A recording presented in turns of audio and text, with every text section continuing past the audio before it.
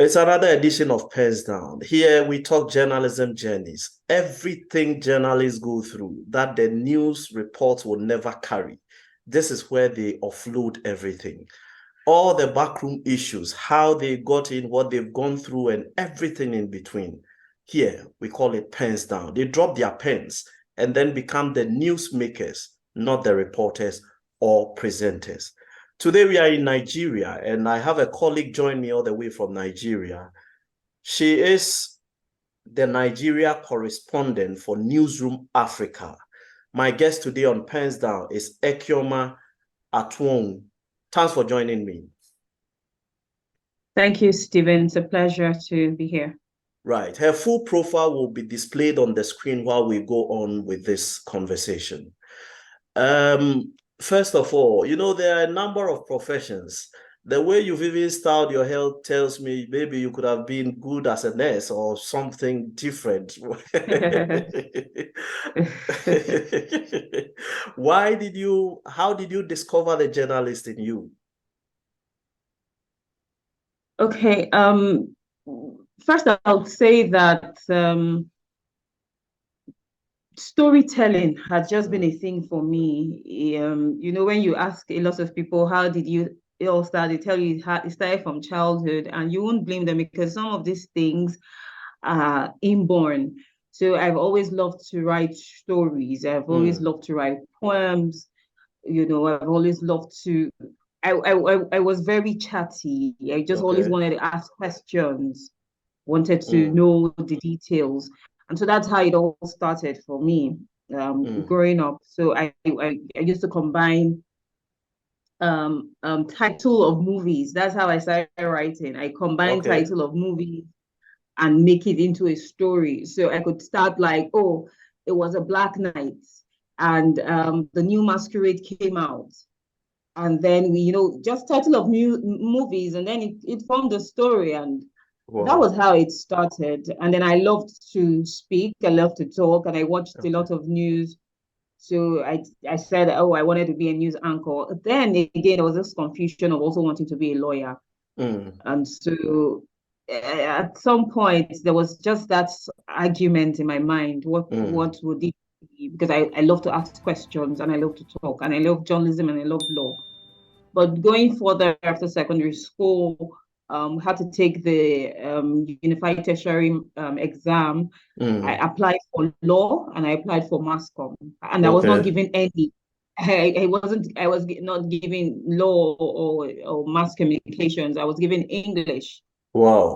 And so I followed on with English, and then I branched out to journalism. How many years have you been here since you started? Okay, so I started in 2015. Before then, I had started as an editor for a Christian magazine. It was a monthly publication. So that was like my trying days. Those were like my learning days. So I started off as a writer, and then I moved on to becoming the editor for the magazine. It lasted for a little over 7 years. Then I moved on to radio. I've been a radio presenter for also a religious program, but then we're also doing the news and all of that. So I moved on to radio. I used that to also build experience and, shaping my journalism skills. And so afterwards, I moved into news reporting. These were other things came in between, but then I moved back to my passion, which is journalism. Then I moved into news anchoring, news reporting. I worked for a local TV station in Abuja. Then I moved on along that, I was working as a West African correspondent for Africa Equity Media. It's an online media platform to get stories, do interviews and not. Then currently, I work as a video producer for Prime Progress. The Prime Progress is also an online media outlet. So I do some videos for them, and then I currently work as the news correspondent for Newsroom Africa. Wow. Does journalism pay? That's a huge question, because when you look at it, what pays for me, and I'm going to speak very personally, because every other person has their own personal idea towards what pay means. For me, it's just being able to tell stories that matter. You know, being able to bring out information that people are not aware of. That's, for me, that's what the pay is. That's what gives me the happiness. But if you're talking in monetary value, it doesn't in Nigeria. It doesn't really pay. Because I've worked in local media, and really I wasn't paid so much. But when you work with international media, maybe yes, it could be commensurate. But in local media, the pay is not so encouraging. So yeah. What will stand out as the most challenging assignment you have undertaken? Okay, so I feel like every time there is an opportunity to do a story, is a challenge in itself, because every story is unique in their in their own way. So, but I'll give you an experience. So yeah, we have challenges of people saying, oh, they want to tell their stories, and at the point they tell you, they withdraw, and they tell you they don't want to tell their stories. So there's a lady of the female genital mutilation, she runs an NGO. Okay. And I was able to get a hold of her to interview her. I interviewed her, and I interviewed her parents as well. But recently, she sent me a message, and she threatened me not to release those videos. And I didn't have any argument with her, but she was really threatening. She was threatening, you know. And this is someone who runs an NGO, where you would expect that you would want people to speak up, or you would want stories to be told. But she called me personally and threatened that she was going to sue. She would get at me if I released the videos, and all of that. So you mean an interview she and her family willingly granted? Yes, and you would wonder, and these are not minors. I mean, I have to say, oh, you're infringing on their rights. These are older people. I had interviewed her first, right? So I had been to her office, I interviewed her, talked about her NGO, and we were supposed to take it a step further, where I was going to see like a victim and maybe the people who practice this. So we had talks around that. And she was willing to carry me along in the story, in the journey. So she called and she said, oh, her parents, because her mom was also a victim, and her mom agreed for the children, that is, including herself, who was a victim, to be caught. So it would make a good story to share. And her dad used to be a village head, at the time. So I interviewed the man, oh, what was the reason behind this? And he told me, oh, the village saw people who were not circumcised as, as less, and all of that. So we talked about these things. We had a good discourse. We had filmed. I was just waiting to put some other parts together before it gets published. And then she calls and she threatens.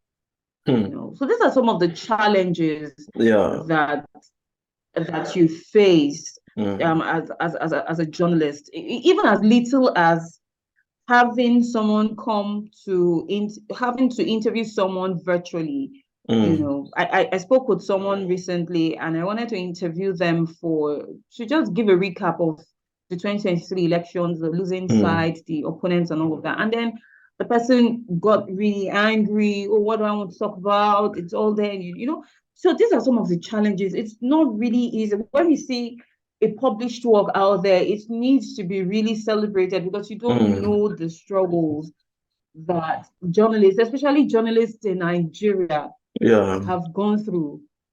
So some of them lose their lives. Some of them are detained without any just cause, So there are a lot of challenges that we face.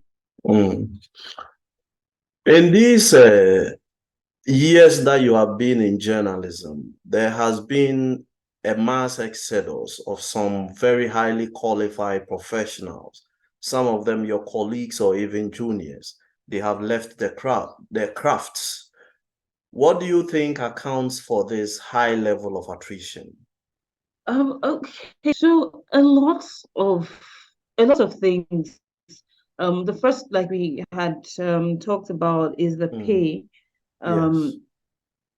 There's actually very little that that local storytelling, local journalism pays. There's really little that it pays.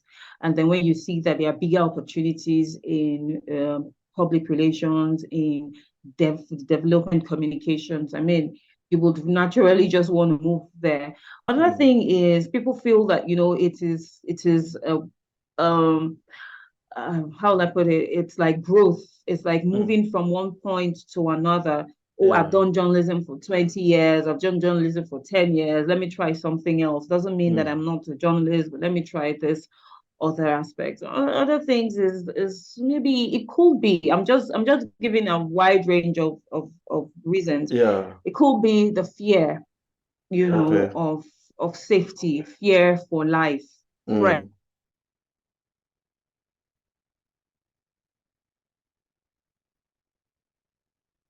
Nigeria who went on exile, who is no longer in the country, who fled for his life because there were threats to his life because he was reporting political show for a national TV, and there were threats to his life, and he had to flee the country.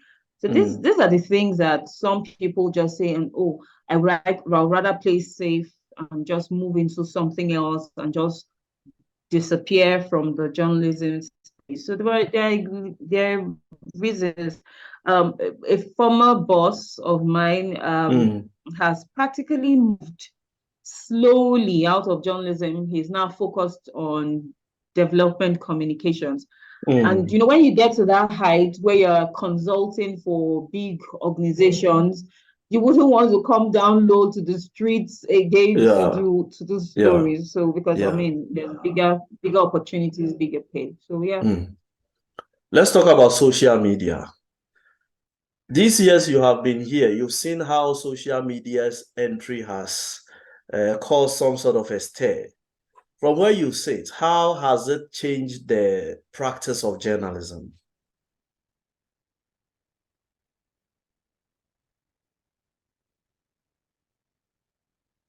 Okay, so social media is a very, very effective tool for journalism. Right now, we have what we call mobile journalism.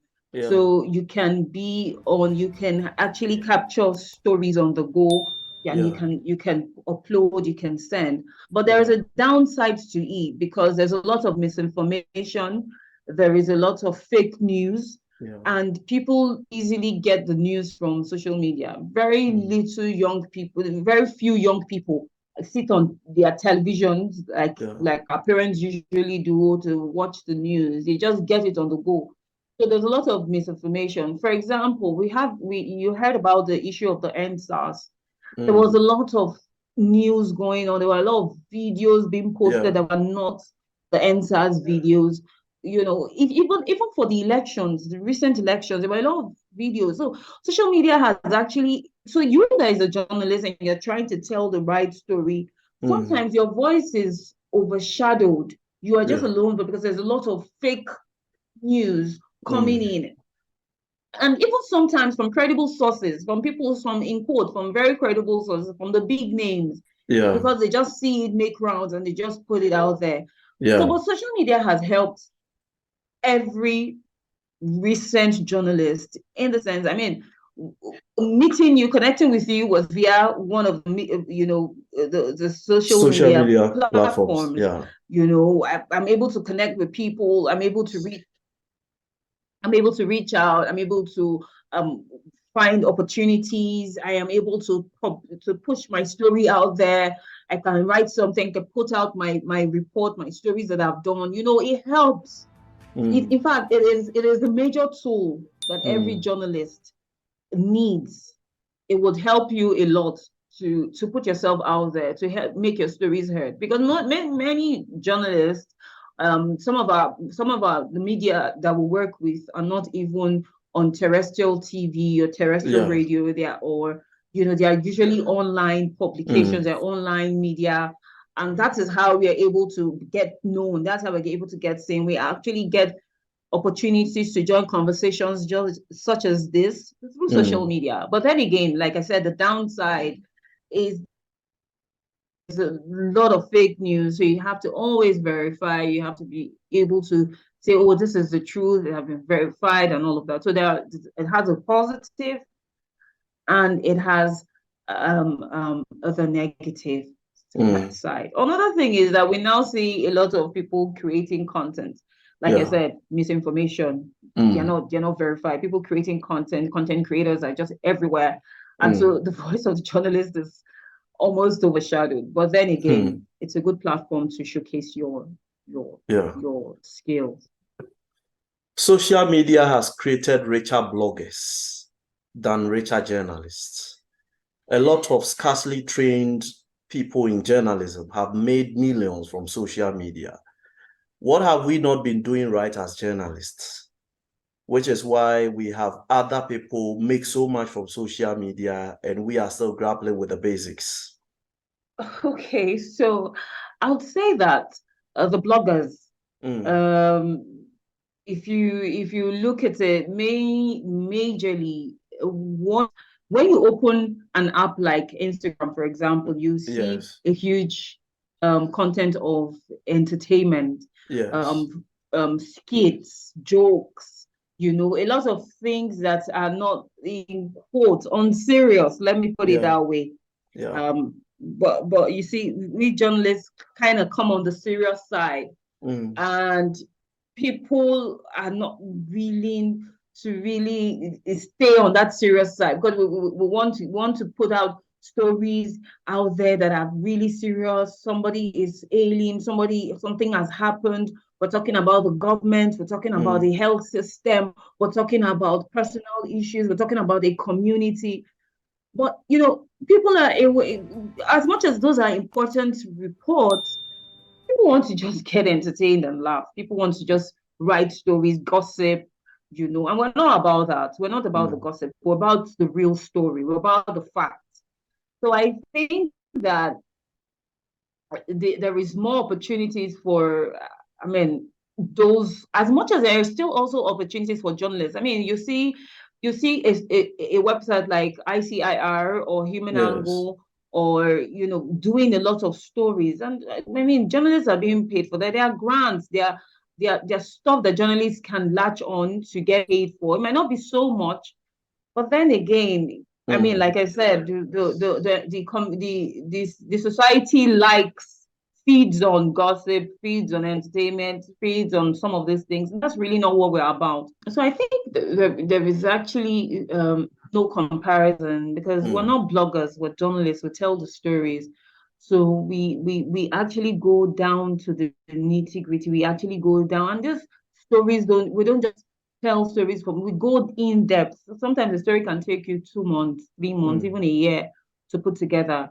So we're not just about, oh, something happened, oh, a rat just passed and we write about it. Oh, somebody just sneezed and we write about it. No, we're not bloggers, we're journalists. We tell stories, we tell facts. We talk about the government, we talk about social injustice. We talk about issues of the health sector, we talk about children, gender issues. So these are serious discourse that we have, that it's not just things that just come easily. It's not a skit. We don't make, it's not about skits, it's not about gossip, it's not about gists and the glitz and glam. We're seriously telling you facts.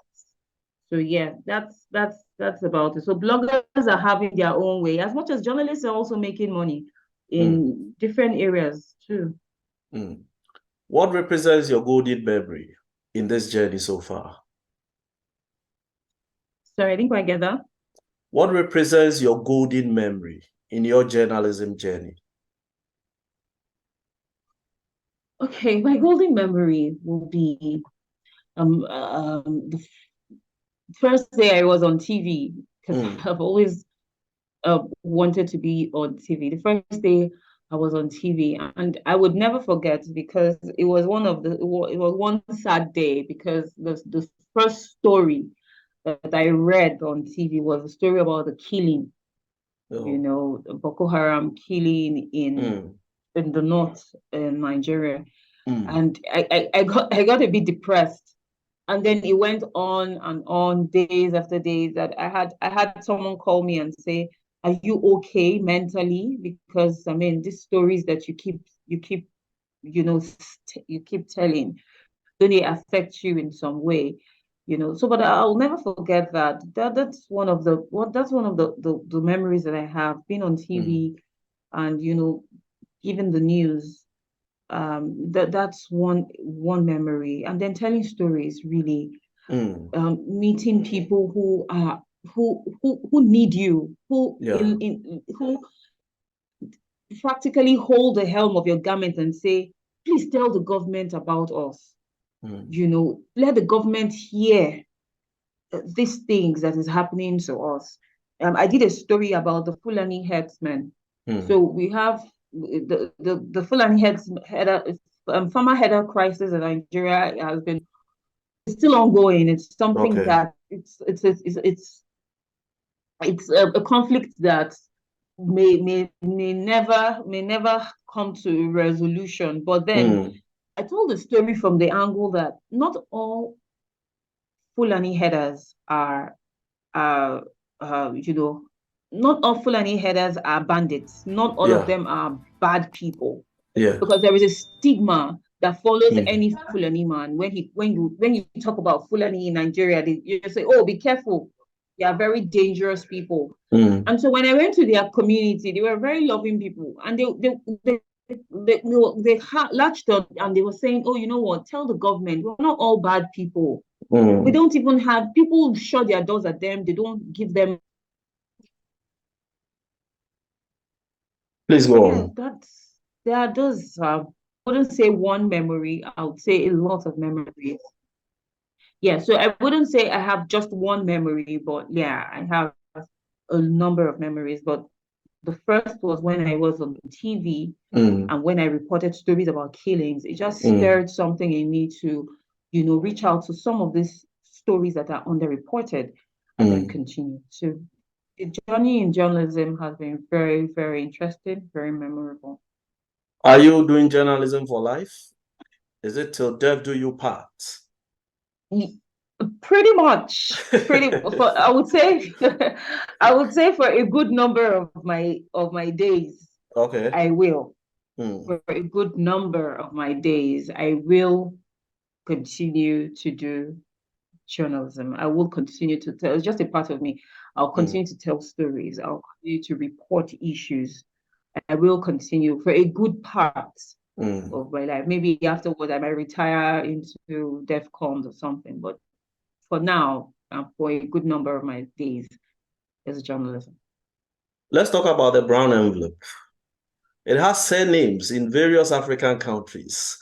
In Ghana, we call it Sole, which is the short form for solidarity.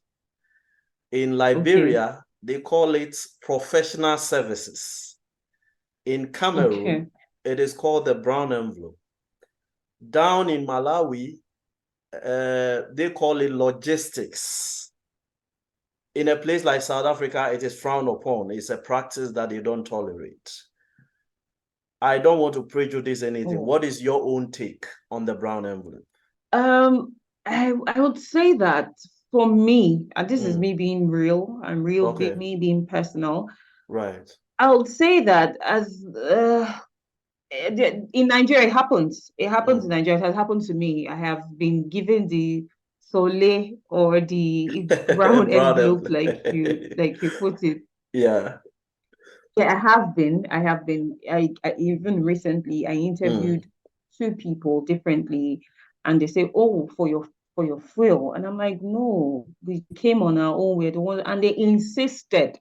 Okay. Like, man, you have to take this. That they appreciate, because if for them it's like, you're bringing them out. It's a win for them too. Yeah. So you're helping them to be out there, and they appreciate your time. So for me, it was like, oh, we appreciate the fact that you thought us worthy for this story, and we know that you had to transport yourself down here. So here's for your fault. This is just as simply as saying, oh, thank you for finding us worthy. For me, I do not think it is. I don't know. maybe another person has a contrary opinion. But I feel that this is just some of the appreciations that people give. It doesn't happen all the time. Yeah. It's not something you should ask for as a journalist. I mean, it's something that comes to you from the really.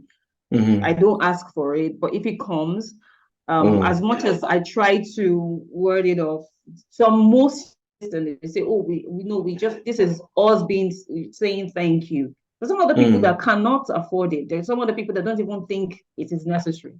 I mean, if it happens, why you can accept it. It's up to you. Let's look at political ownership of the media. Top politicians own influential. I wouldn't say take or don't take. It's entirely up to you. Okay.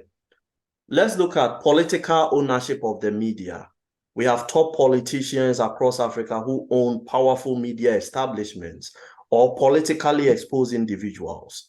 What do you think about the political ownership of the media? Is there a reason to be worried? Is there a cause for concern? Absolutely, there is a cause for concern. But the question is, what can you do?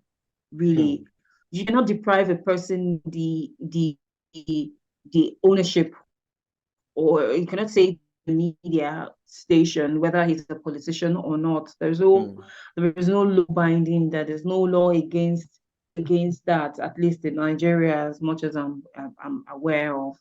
So we have the president of Nigeria. It's a known fact that the president of Nigeria, before he became president, he had a TV station. That's TVC. He had a the Nation newspaper. Continental. He had a TV station. Yes.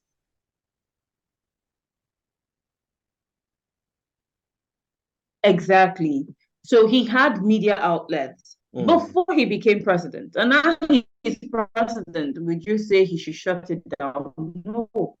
But then again, there's a lot of, but this can give room. Let me not say there is, because I could be proven wrong. But let me say that it gives room for a lot of bias. That's right. It gives room for a lot of favoritism. It gives room for a lot of, oh, he's our principal, we cannot talk against him. That is the issue that we talk about in journalism. It comes down to the credibility. So when you have someone at first, when you have someone who is a political god in the country, you cannot, and he's doing something that is wrong, you cannot speak about it. You cannot speak out to that. So a lot of people have these are the things that some journalists face. You cannot tell stories in truth. You cannot tell stories that are a fact, because you cannot go against your principal, or you cannot go against your boss or what your boss believes. These are issues. And he's not the only one. I'm just using the president because, I mean, he's the highest authority in the land. But there are other politicians that own media houses. And this is the point. This is the issue, Stephen. There are politicians that own media houses. And so you will find writers, you will find journalists write in their favor. You see people who will write about it. And that is like selling our conscience as a journalist. But what do you do when you need a job? What do you do when you need a job and you have a family to feed? And then, so these are the issues. Independent journalism is a thing, but how much, can that really fetch you when you need to have like a constant pay? So those are some of the challenges that we face. I've actually worked in an organization that is owned by a politician. You know, although there was no limit to there was no restriction in what we could say, but there was just a little bias towards his political party, because of course it belonged to a political party. So there was just a little bias. It would trickle down. It will trickle down to us. And you see, some of these media houses that you see are funded. Like I mentioned, a journalist in Nigeria actually fled the country because he was threatened, because he was calling out politicians. We have an investigative journalist. I'm sure you've probably heard about him, David Hundeyin. So David talks about the politicians. He brings out stories. He says things. He talks about issues. He calls out their names without fear. And David is not currently in the country because his life is at stake. He will be attacked and all of that. Those are the things. And imagine when it is these politicians that own the media, that own some of these media stations. It could be, it plays out. People call out the stations, even on social media. They'll say, "Oh, this station is tilting towards this party. This station is tilting towards this person," and all of that. So yeah, those are some of the challenges. Politicians are holding down the media space. Politicians are shutting up journalists from speaking. Politicians are buying journalists to write or to speak in their favor. So yeah. Right. Maybe my final question. Should journalists be licensed? Should journalists be licensed? That's to practice journalism. Yes, I'm looking at it in the light of, let's say, professions like law, medicine, engineering. They license you before you can practice. And yeah, I think it makes sense that way because, like I mentioned earlier, fake news is something that it's something that kills the authenticity. Okay, so licensing a journalist, you might say, if you're looking at it from, doctors are licensed before they can practice, journalists should be. I think that would just be only thing that would help maybe to, in a way, protect fake news from spreading. So, but what would be what would the aim be? Because you wouldn't stop the bloggers from blogging fake news. You wouldn't stop anybody from tweeting fake news. So what would really licensing a journalist be? Because as much as there is freedom of speech, would you say you should be licensed to speak? And I think journalism is actually, a profession that allows the freedom of speech, basically. So I wouldn't. Except there is a reason why licensing a journalist. There's a problem why the license, or there's something the licensing would fix. I'm not sure that licensing a journalist would actually make any. I don't know. For me, I feel that journalists should be given the ability to speak, and then everybody should just be sure. But before you, as a journalist, you put out your information, just make sure that you fact check so that you don't lead people astray. Let me pull the brakes here. Thank you for this conversation. Thank you. Yeah, the internet hasn't been too friendly, but I think we've been able to have quite some decent conversation about your journalism journey. I'm truly grateful for your time. This has been PENSDOWN. Today we travel to Nigeria. Nigeria will fight Ghana over everything, including jollof. I don't know what their problem. Exactly. We are brothers and sisters, but when it comes to football, between Black Stars and Super Eagles, they will never accept the Black Stars as superior. When it comes to jollof, they will come in their numbers and make noise. I don't know when Ghana will have the numbers to beat Nigeria, especially when they are the most populated Black country in the world. That is where we travel to today on PENSDOWN. I touched base with the Nigeria correspondent for Newsroom Africa, Ekeomah Atuonwu. I hope I got it right. Yes, you did. Great. Thank you very much for your time. I'm truly grateful for the thoughts you have shared on PENSDOWN. Thank you. Right. Thank you. We'll be back. Much. We'll be back again with another edition. We'll have another colleague, maybe from your country or some other country, joining us. And once again, we'll be talking their journalism journey. My name is Stephen Jesse Jr. From me here, I say bye for now.